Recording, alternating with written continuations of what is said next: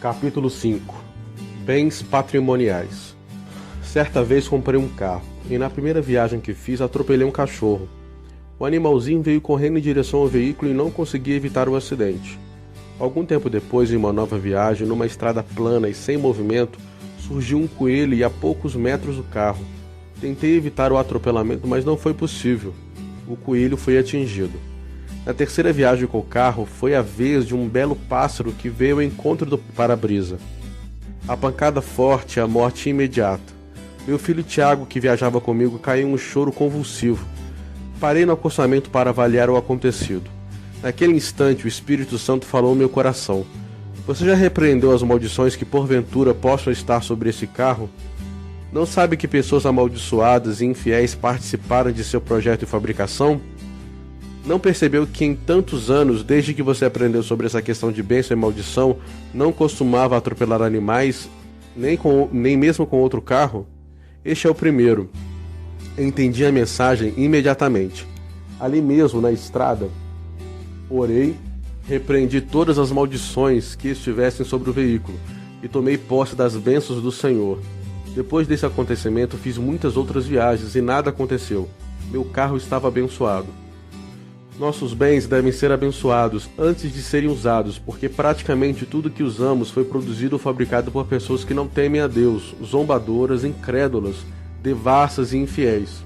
Abençoando-os, estaremos quebrando qualquer possível maldição quando de sua fabricação. Depois de muito trabalho e dedicação, um irmão em Cristo conseguiu terminar de construir sua bela casa. Pediu então que fosse com ele para abençoá-la. Entramos no carro e dirigimos-nos até lá. Ao chegarmos à entrada, o proprietário acionou o portão eletrônico, ao que observou o moço que levamos conosco.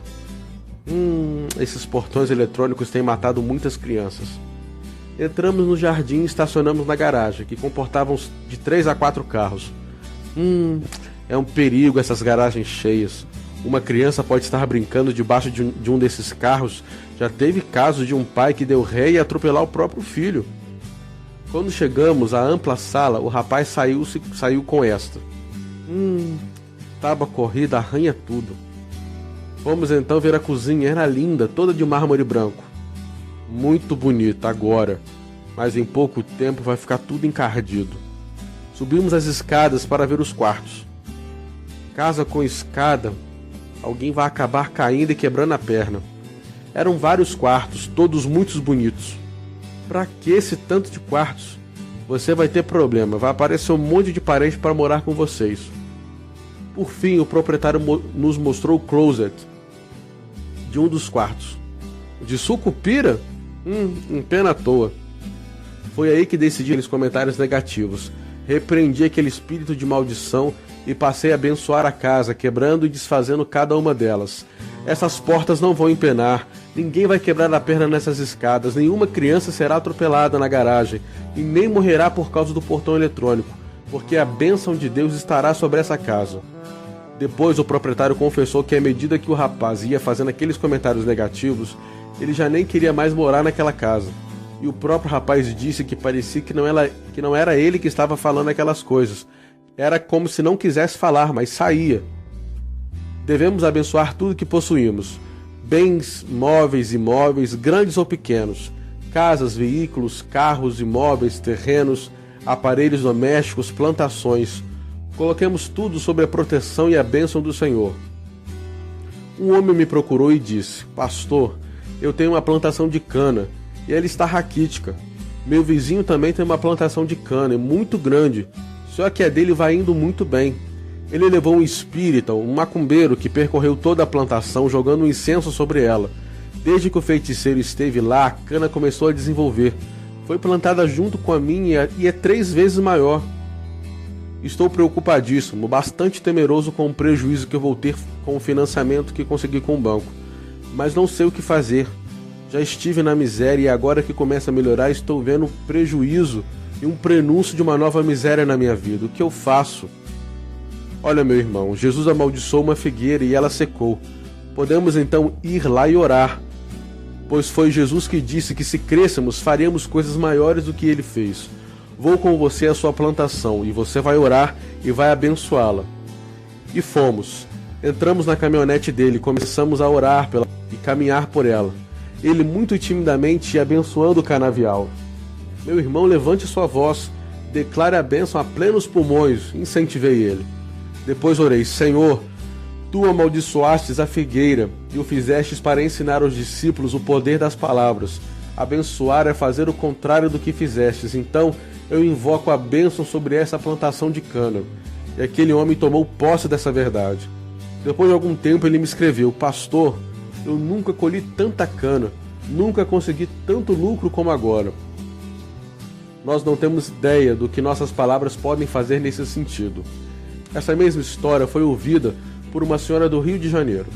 Vejamos o que ela escreveu. Pastor, eu ouvi sua fita e pensei, será que o pastor Jorge não está exagerando com essa história da cana? Vou ver se isso funciona mesmo. Na frente da minha casa havia nascido um pé de abóbora entre as pedras de construção. Então declarei com certo desdém, eu te abençoo, ó pé de abóbora, e vamos ver o que acontece.